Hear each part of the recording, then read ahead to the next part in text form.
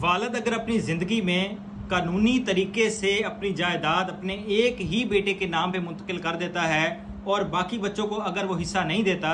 तो वालिद के वफात पा जाने के बाद बाकी जो बच्चे हैं वो उस बच्चे के जो नाम पे जो जगह लगी हुई है उसमें से हिस्सा नहीं ले सकते। क्योंकि अगर वालिद ने बिल्कुल कानूनी तरीके से लाफुल जो है मैटर के थ्रू उसको जो है अपने बेटे के नाम पे ट्रांसफ़र करवाया है और अपनी ज़िंदगी में करवाया है, तो फिर ये नहीं हो सकता है कि उसकी वफात के बाद बाकी उसके बहन भाई खड़े हो जाएं कि ये हमारा भी इसमें हिस्सा बनता है, क्योंकि उसने एक कानूनी तरीके के साथ अपनी ज़िंदगी में ही उसके नाम पे ट्रांसफ़र कर दी है।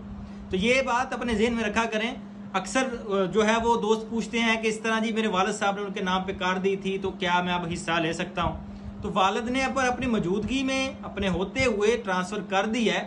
तो उसमें से कोई हिस्सा नहीं लिया जा सकता। हाँ, ज़बानी कलामी अगर कहा है तो उसकी कोई कानूनी हैसियत नहीं होगी, शरीयत बार से इसकी हैसियत हो सकती है।